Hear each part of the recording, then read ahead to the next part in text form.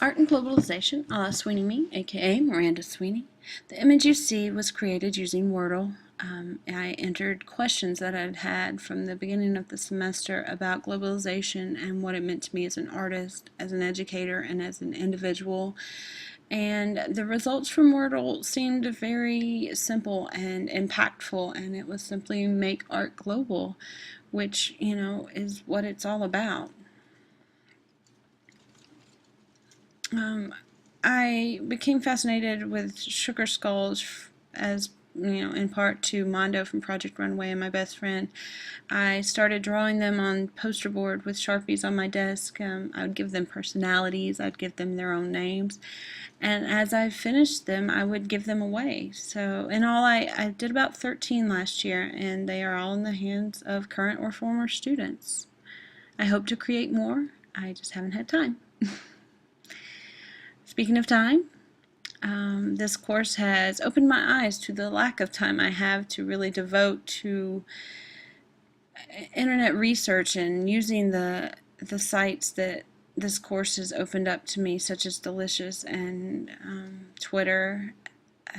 I spend a lot of time on Facebook, mostly family. I spend a lot of time on Pinterest, getting lost in the images. Delicious I've really grown attached to, but I still don't get to as much time as I'd like. When we did our migration study, I was still a little lost on the topic of globalization, still not sure how it had anything to do with me as an individual. I focused my project on a physical and personal migration from birth to my current home, 31 years, 13 homes, and one family. The people I've encountered and the places I've lived are what has made me who I am.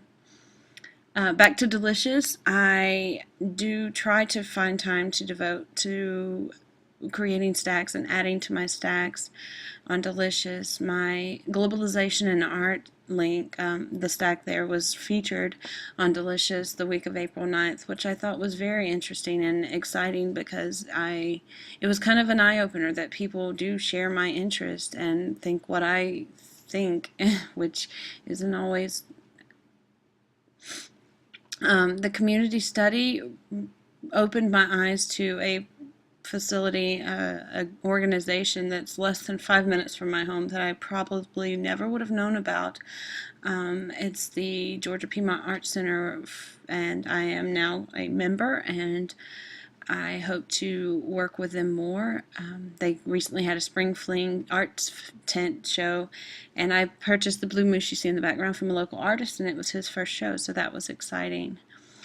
Another thing that's been going on as an educator, my students have been working on visual journals, and the progress they've made in their journals, both creatively, inspirationally, have been phenomenal, and the work they're doing individually and personally, they're inspired, I'm inspired, and it's just been a really proud moment for me and my students. Finally, during week 7 of the course, I think I got the idea of globalization and how art can impact the issues, not just locally but globally. I chose to focus on human trafficking, and the images you see here are my representation of the children that get caught in human trafficking in Atlanta.